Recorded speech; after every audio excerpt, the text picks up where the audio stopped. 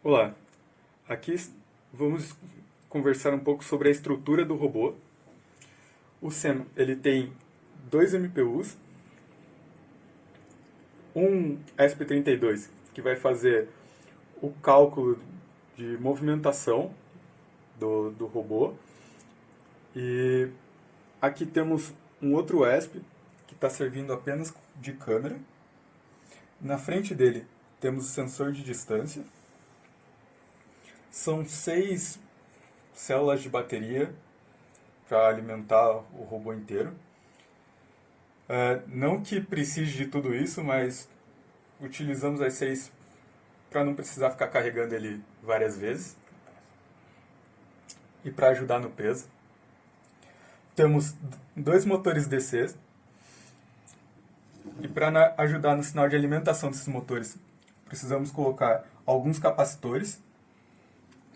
Aqui embaixo nós temos a ponte H e um Arduino Uno que está servindo de slave do ESP32 no modo I2C.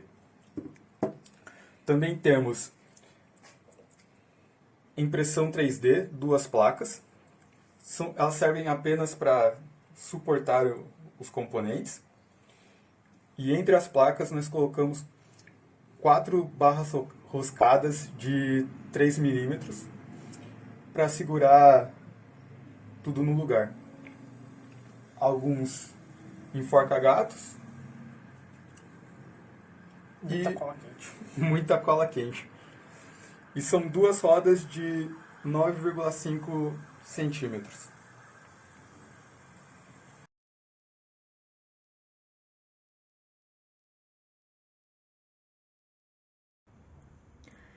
Então, eu fiquei responsável pela confecção do controle. E o controle ele foi feito usando um controle usado, um controle antigo de PS2, junto com o ESP32. E a gente usou uma bateria de lítio, a bateria recarregável, a 18650, junto com um circuito para poder carregar. E o controle ele se comunica com o ESP32 através do SPI, que é a interface periférica serial, que nada mais é que um método de comunicação utilizado em alguns sensores, Arduino e etc. E para carregar a gente usa um módulo, o TP4056. E depois o Akira fez a implementação de um display para poder fazer um debug do código de forma remota.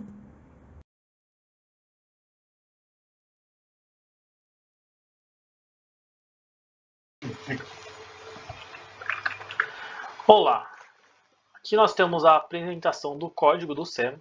Vamos iniciar aqui pelo fluxograma, onde nós temos a ativação dos drivers I2C, o início da biblioteca do ESP-NOW, a habilitação da thread auxiliar que vai fazer a recepção e os envios dos dados entre o SEM e o seu controle.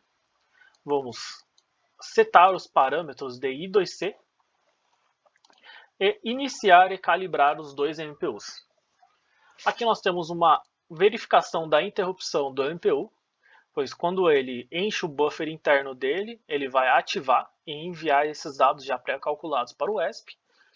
Assim que os dados dos MPUs forem recebidos, ele vai fazer o cálculo desses dados já pré-calculados para uma formatação que seja utilizável para nós no programa.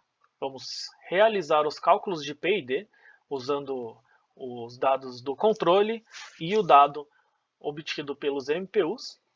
Nós vamos aplicar a saída dos dois P&Ds nos motores, dos 3 P&Ds. Então vamos voltar novamente para o aguardo da ativação dos interruptores do MPU. Enquanto eles não ativarem, não existem dados a ser lidos e não existem cálculos de P&D a serem realizados. Então, assim que forem ativados, vamos iniciar de volta aqui o nosso loop principal. Para o código, ele foi desenvolvido utilizando a plataforma Visual Studio Code com a extensão Platformio. Para o início do nosso código, em nosso void setup, nós temos então o início dos drivers I2C, onde nós temos também a ativação nosso sensorzinho de distância, a calibração do MPU, então nós temos a ativação dele, a ativação do DMP, sendo ele um microcontrolador interno presente no próprio MPU, que vai fazer os cálculos das variáveis de angulação utilizando definições de fábrica, sendo elas as mais precisas de todas. Vamos fazer aqui a calibração usando dados já pré-calculados dos dois MPUs. Aqui nós temos o set dos parâmetros do PID, onde nós temos as variáveis KP, KI e KD, os limites de saída e o tempo que ele vai levar para cada loop. Essa parte é extremamente importante, pois nós temos um código que varia muito no tempo e isso pode acabar prejudicando o nosso desempenho. Aqui nós temos o início do ESP-NOW e aqui nós temos a criação das threads auxiliares. Esta é a que vai realizar o envio dos dados para o controle e esta vai fazer a recepção dos dados do controle. Em nosso loop, nós temos uma função para fazer a recepção dos dados e os cálculos do PID e uma segunda parte para fazer a obtenção dos dados do sensor de distância em 5 dados por segundo. Para na leitura dos ângulos, nós temos aqui então a parte que eu comentei referente ao interruptor do MP1. Então ele vai receber esses dados em um buffer, vai calcular esses dados para ângulos em graus. Aqui nós vamos utilizar apenas o ângulo que é importante para nós, sendo ele o para frente e para trás. Vamos fazer o mesmo para o segundo.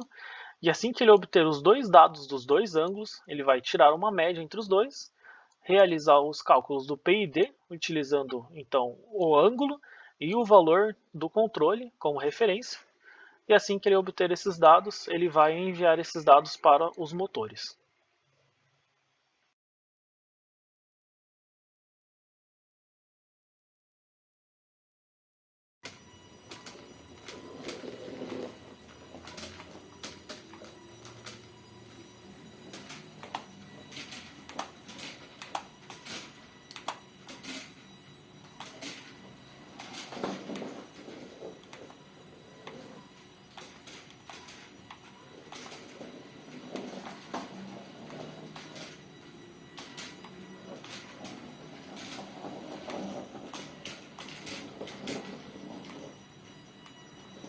Tá bom. Agora foi certinho.